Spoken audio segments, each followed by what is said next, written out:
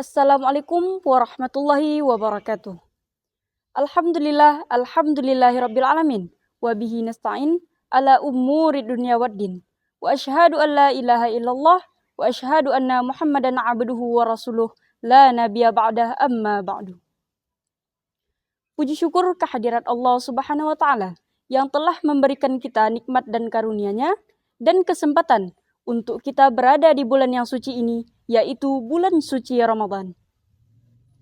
Salawat serta salam tak lupa kita sanjung sajikan kepada baginda Nabi besar Muhammad sallallahu alaihi wasallam yang telah menarik umatnya dari alam jahiliyah menuju ke alam Islamiyah seperti yang kita rasakan pada saat sekarang ini.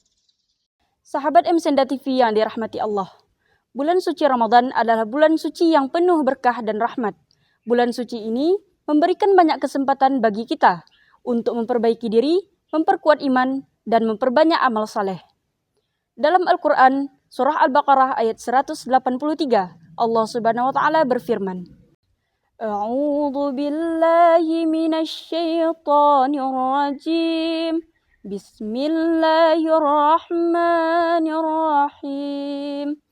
Ya ayyuhalladzina amanu kutiba alaikumus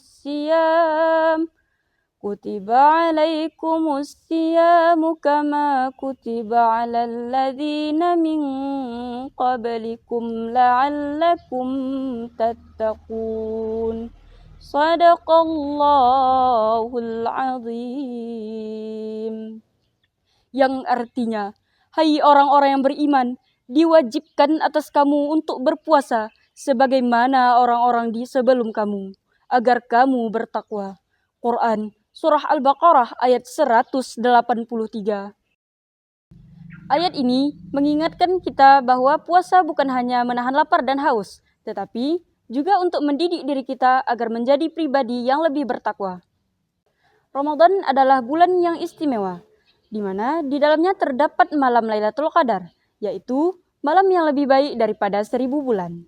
Oleh karena itu, kita manfaatkan bulan Ramadan ini dengan memperbanyak amal saleh, bersedekah, dan mengubah diri menjadi pribadi yang lebih baik, dan mendekatkan diri kepada Allah Subhanahu wa taala.